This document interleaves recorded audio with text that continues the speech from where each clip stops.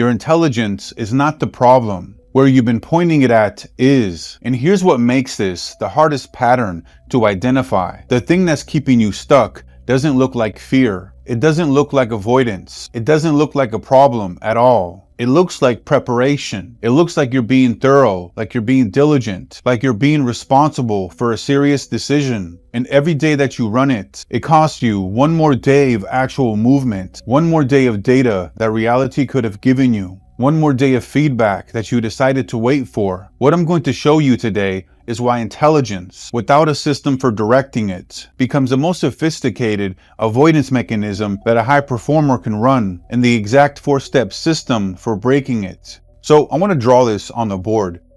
So let me go ahead and draw 5 different lines here.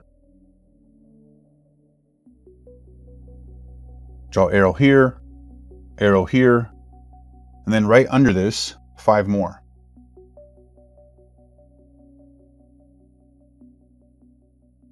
This is a loop here, okay? Now, here's the thing. Every system for overcoming thinking collapses into the same instruction. Just act, stop thinking, move faster, as if the solution to intelligence is less of it. You see, nobody's naming what's actually happening inside the thinking here. There are 2 completely different chains that are available to you, and both start from the same place, from the same intelligence, same information, same capacity for analysis, and one produces a feeling of movement without any of the results. And the difference between them is not about how smart you are. It's what your intelligence is actually pointed at. And for most high performers, the answer to that question is the one they have never been willing to look at directly, because it doesn't look like avoidance. And I've mapped this pattern out across many entrepreneurs that I work with, very highly intelligent and capable individuals. And when I examined what was actually happening inside their thinking, not their strategy, not their plan, not the quality of their analysis, a completely different mechanism was running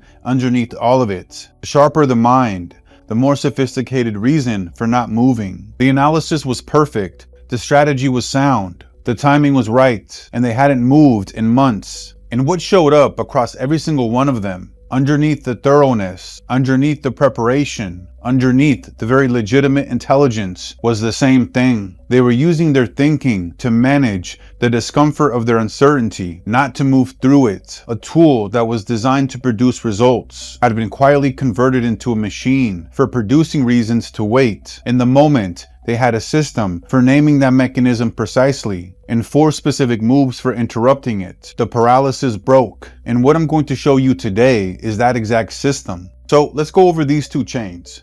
So the first one here is SMART. So you analyze, you overthink, then you delay, and you get no result. This is the smart thing to do, okay? And you know what this cycle feels like from the inside, because it feels responsible. It feels like you're being thorough, like you're being diligent. It feels like the intelligent thing to do before you move. Now this other one here, where it's winning, and then you decide, then you act, then you adjust, then you get a result. And think about this. When you go through this particular chain or cycle here, you're starting with the winning formula, because what happens here is you decide to take an action, you gather data, you gather feedback, and then you adjust and you modify, then you get a certain result, okay? But you're always getting a specific result because you are acting.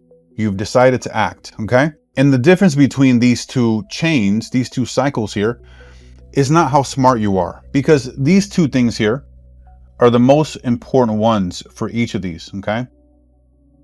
When you are running this system up here, this whole cycle, you're constantly overthinking because you want everything to be perfect. You want everything to be 100%.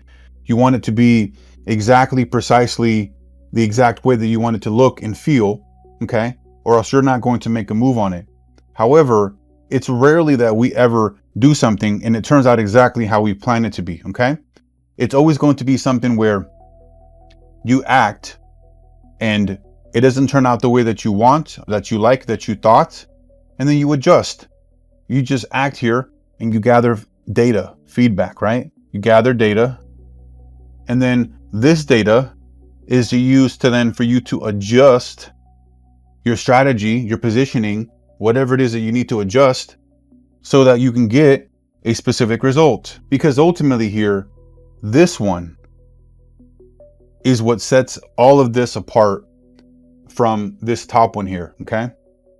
When you take action, this changes everything. And this can be in anything that you do in life, okay?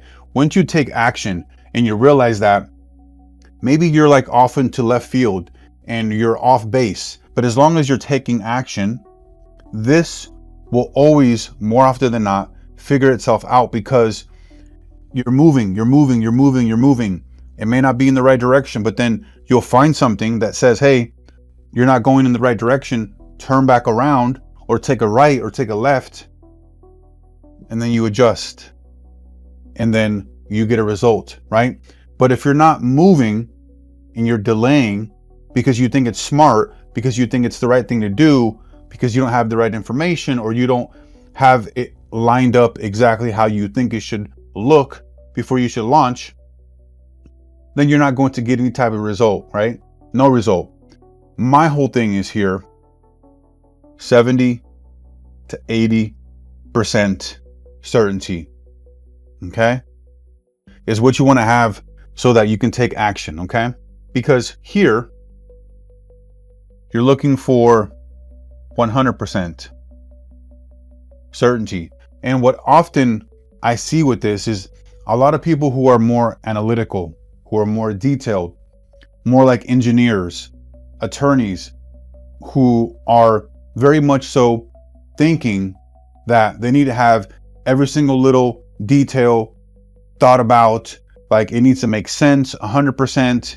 It needs to be precise. The stars need to be lined up precisely. The moon needs to be in the right position, or else they're not going to make a move. Because overthinking, draw a little box here. Overthinking, let me make this longer, is equals control strategy. So this is where you want to have 100% control over what's happening, what's going on, without realize that you are limiting yourself. Because overthinking is not an intelligence problem. It's a control strategy dressed as logic. And until you can see that mechanism clearly, every action system that you build on top of it just gives you more to think about. So here's what we're covering today. First, we're going to go over the architecture. This is the hidden driver beneath both of these different chains here. And you're going to see exactly what overthinking actually is. And it has nothing to do with intelligence. And so the next thing we're going to go over is the almost founder archetype. This specific archetype hides behind their overthinking, their planning, their certainty seeking, because they're not unprepared. They're using preparation as a control strategy. And then finally, we're going to go over the move system.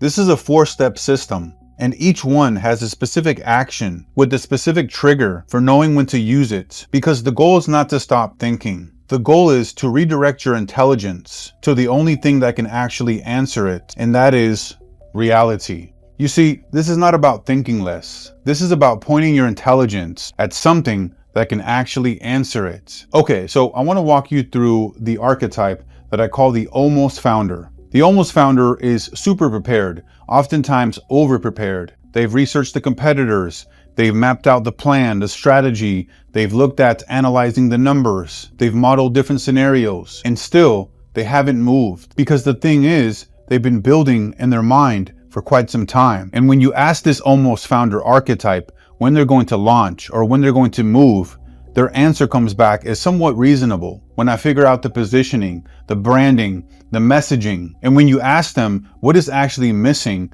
they're going to give you another reason. And when you ask them when they'll know, when they've considered enough, when they've analyzed enough, there's no real answer, because the almost founder doesn't have a knowledge problem. They don't have a strategy problem. They have a control strategy where they are constantly and consistently overthinking and trying to get everything perfect, trying to get everything 100%, when the reality of that, I don't even think there's a reality for you to have something 100%, because what is 100%? What does that mean, right? There's a lot of variables and components that have to do and look at 100%. And if you've waited for something to be 100%, you've waited too long. And you see, this whole process of them having a control strategy and them overthinking, okay? They've dressed this up as intelligence for so long that they can't tell the difference anymore. So the almost founder isn't waiting for the right moment. They're waiting to be certain. And that's dangerous territory, because as I said, and as I mentioned up here, 100%, that's rarely ever going to be the case. And I don't think it's feasible to be 100% and to make a move, because 70 to 80% is the sweet spot for you being able to have enough information, enough analysis, enough research, strategy, planning, all of that for you to be able to move and take action. Because certainty is always going to be one more analysis away. This is how the old identity keeps them safe, not by saying no, but by saying not yet. Now, let's look at these two chains again. The smart one, where you analyze, overthink, delay, no result. Winning, this is the master one, okay? You decide, you act, you adjust, and your result is there that you're actually going to see, okay? So you actually get a result. The common factor here is that with all of this, and this one here specifically, is to stop thinking and just act. That's like the common denominator between this winning one here and this one here that is always going to push you back and delay, right? Because if only we could go this route here and we could analyze and then we could act, or we analyze and then we decide. But I would even say, instead of deciding, just act, because you'd be surprised at how far you can go in life if you just take action. You do a little bit of research, you figure out how to do steps 1 and 2, you take action, then you gather data, gather feedback, and then you figure out steps 3, 4, and 5. But it all starts with action.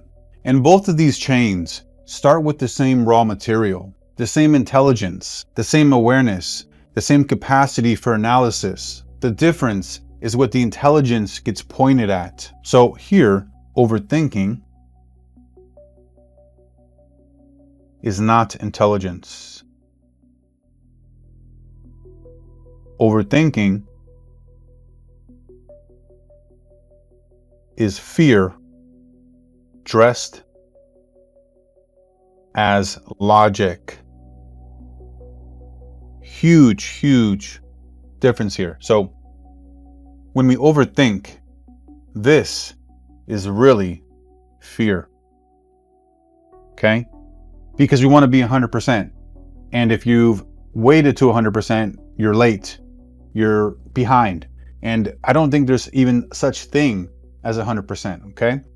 And so ultimately what it comes down to is that you are looking at the overthinking as a valid reason, but in reality, it's really just fear dressed as logic. And this is super important, because this reframe is what makes everything else visible. You're not overthinking because you're thorough. You're not overthinking because the problem is complex. You're overthinking because you want certainty before you move. And certainty is a control mechanism for avoiding the discomfort of being wrong in public. So it's not about, I need more information, okay? So let me go right over here and just put not,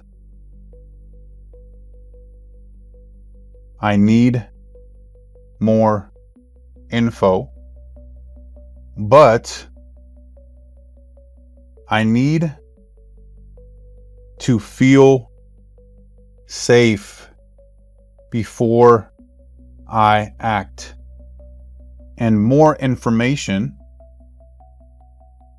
is the fastest way to justify waiting.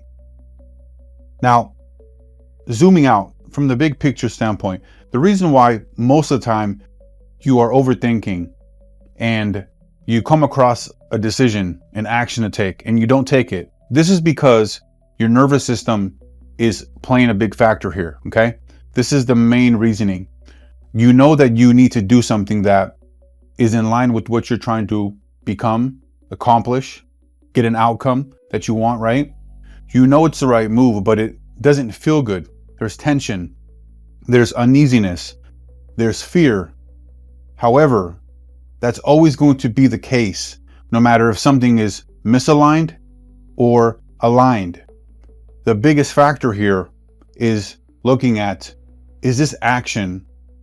The biggest factor here is looking at it and saying, okay, is this action going to move me in the direction of my next version of myself or get me the outcome that I want, even though I know it doesn't feel good, right? That's the whole fear component, where you're dressing that up as logic when reality is you need to feel safe about moving forward. Here's the thing. The way that you can feel safe about it is understanding and acknowledging the fear, but also understanding and acknowledging that this action, even though it's fearful, is leading me to my desired reality, to my outcome, to the version of me that I'm looking to become, that I'm trying to move forward with and step into, right? That's going to be the ultimate deciding factor here, is your nervous system, because your nervous system is always going to do what is familiar and focus on what is familiar. So whenever you're making a move, even though you know it's the right one and you should take action, and unconsciously you're procrastinating or you're overthinking, you need to stop and you need to ask yourself, is what I'm doing here stepping me out of my comfort zone, making me feel a certain way, making me feel fear? Because I acknowledge that and I understand it. However, this is moving me into the direction that I want to go. And even though it's a bit fearful, you know what? I'm still going to take action. And so that's how you're able to move. But keep in mind, the nervous system is always just trying to protect you. It's going to work with and stay with what is most familiar. And so when you're stepping out, you're going to always feel that fear naturally and inevitably. But you need to decide to move anyways. Okay, so now let's go over the move systems. This is the anti-overthinking system. So let's go ahead and erase the board here, and we'll jump right into that.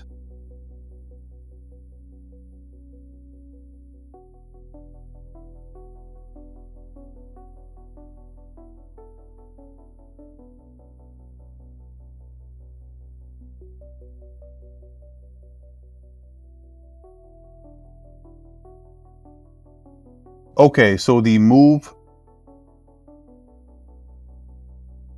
anti-overthinking system. This is an acronym. This is 4 steps. And so let's go over each one of these. So the first one, M, make the decision fast. This is where you want to set a decision window, and you want it to be very specific and have it be a non-negotiable. Like, I'm going to make this decision regardless at this time, this day, not soon, not when I'm ready. You need a hard deadline. This is where you want to have 48 hours to make this call. And whatever information I have at the end of those 48 hours, I decide from that. Okay? Remember, around 60 to 80%. There's no specific number, exact number. It's 60 to 80%, 70 to 80% is where you want to be in terms of enough information, okay? 60 to 80. It could be 70, 71, 70, whatever the number may be, right? But between 80% and 60. Now, as I mentioned, if you've gone up higher than that, you've waited too long and you're just overthinking and delaying things further. And so for this, you're not moving from certainty.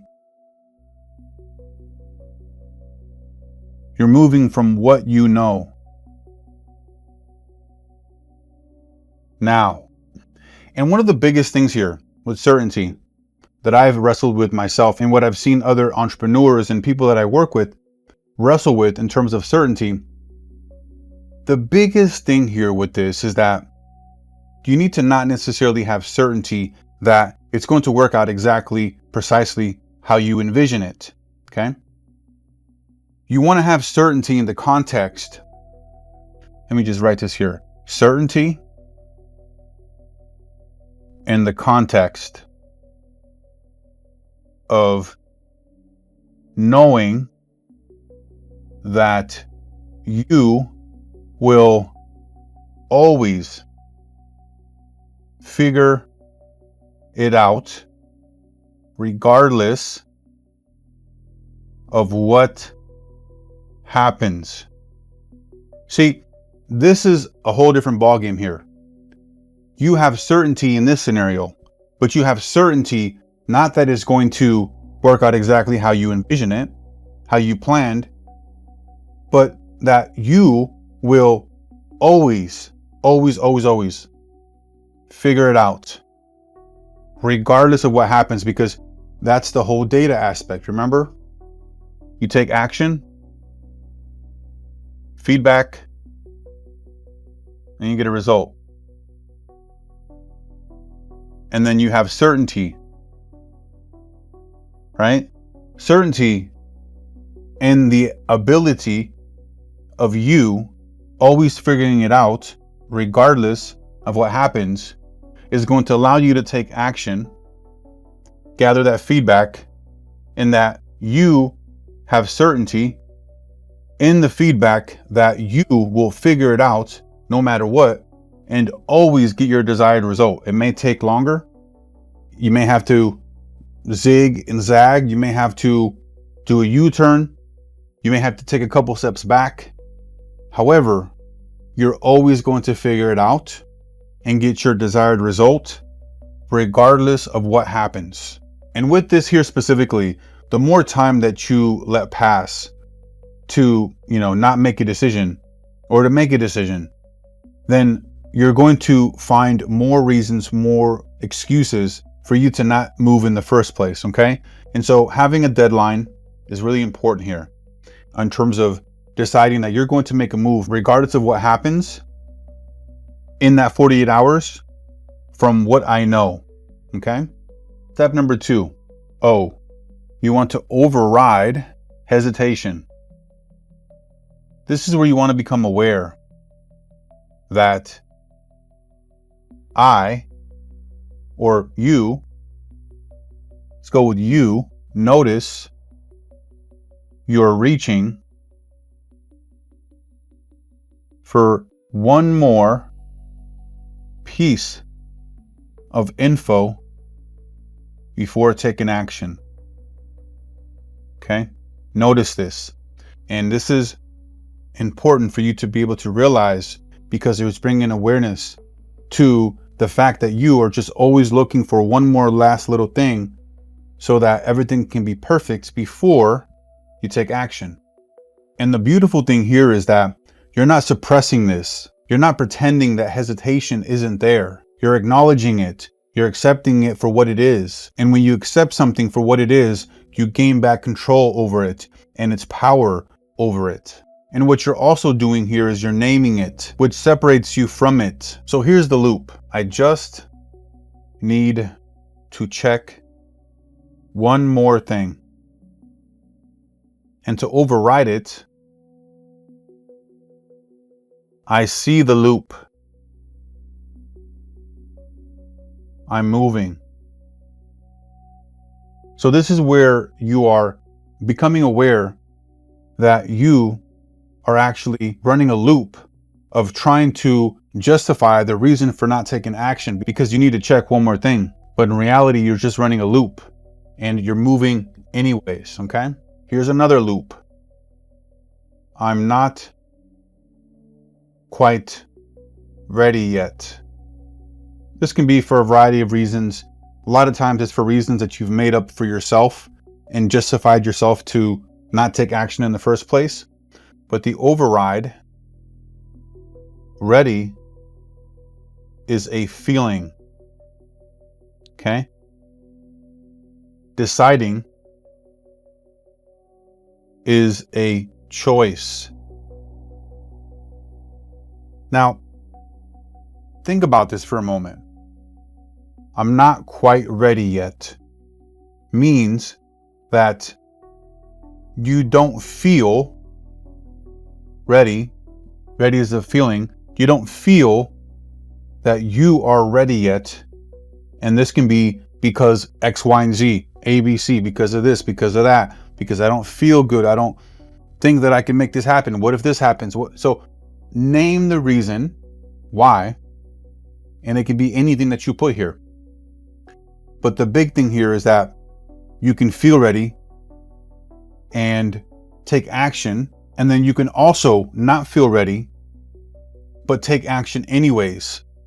And understand that, remember, certainty and the ability of knowing that you will always figure it out, regardless of what happens. And so even though if you don't feel ready, I don't know, there's been so many different times in my life that I've taken action, made decisions where I didn't feel like I was ready.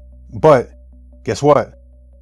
I always had confidence in my ability and certainty in myself that I always knew that I could always figure it out, regardless of what happens. And so a lot of times I took action when I really wasn't ready at all, and I probably shouldn't have taken that action, but I did it anyways because I knew that, you know what, I'm going to figure it out. I always do. I always have. And I'm going to continue to do that because I have confidence and certainty in myself that it's always going to happen and it's always going to work out regardless of what happens. Step number 3, V. This is where you want to validate through action. So for this, what is the smallest version of this I can put in front of a real person? Think about this as like an MVP or like a beta, where you're just kind of putting this in front of people to get some feedback and to get some analysis of like, hey, am I even in the right direction? Okay. Instead of having to do like a full launch. And the important thing here is that will give me data I cannot get by thinking, right?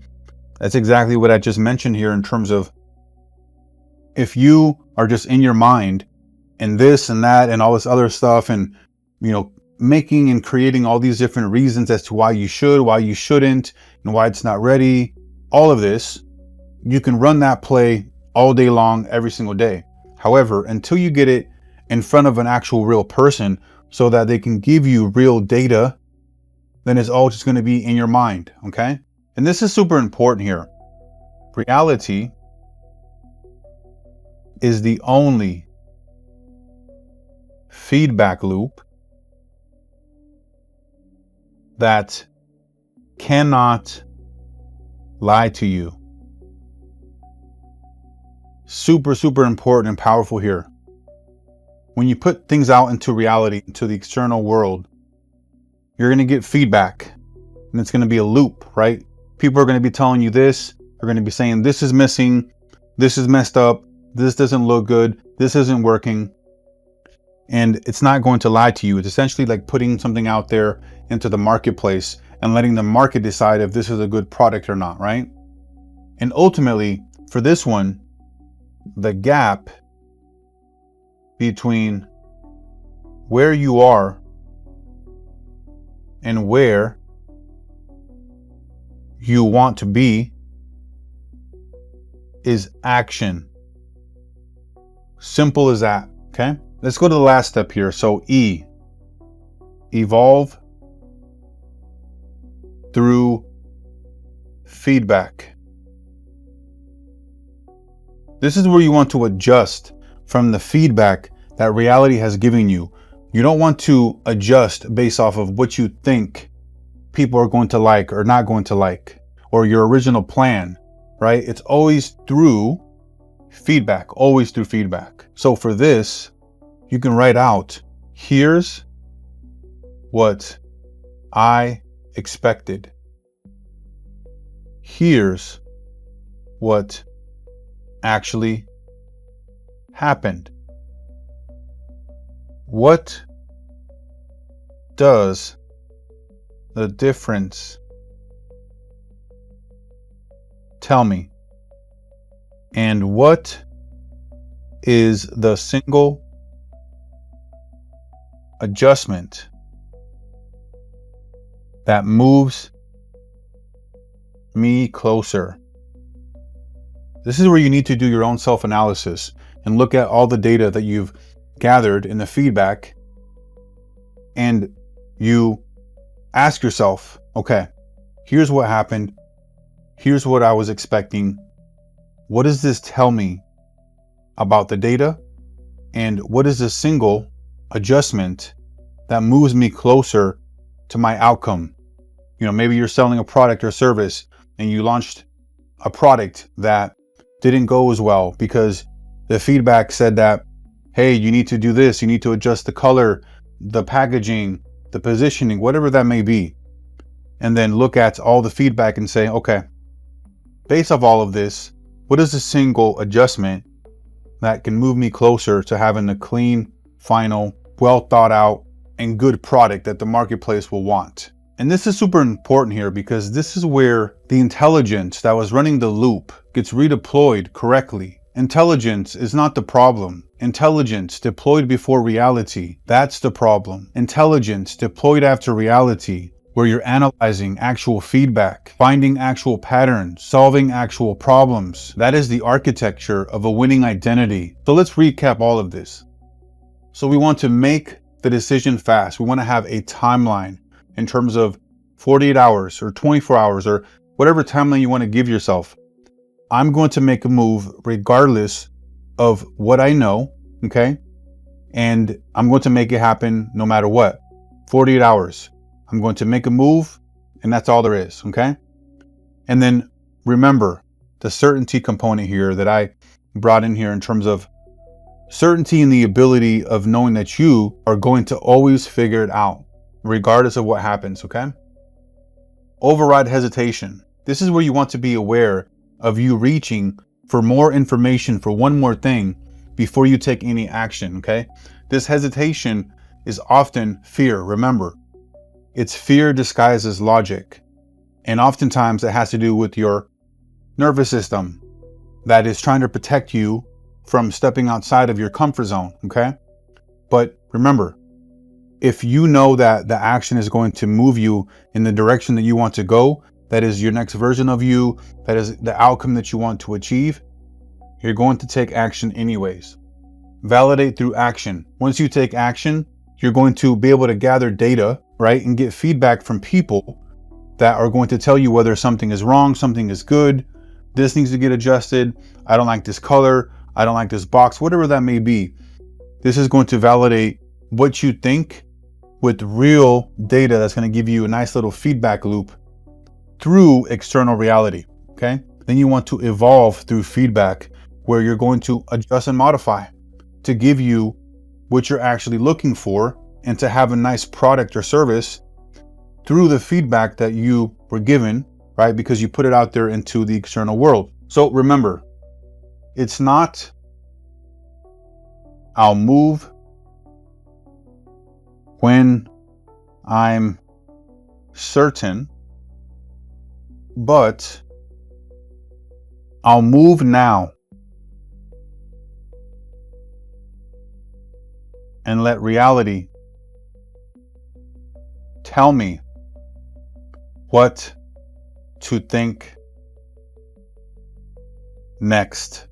Massive difference, okay? So I want you to ask yourself something very important. What is the one thing that you have been analyzing for longer than you should have? What is the loop that keeps running? And what has it been calling itself? What is the smallest move you can make today, right after this video, that would give you data that your thinking cannot? And what are you actually waiting for? You don't win by being smarter. You win by moving faster than your doubt. The intelligence you have is not the problem. Where you've been pointing it is.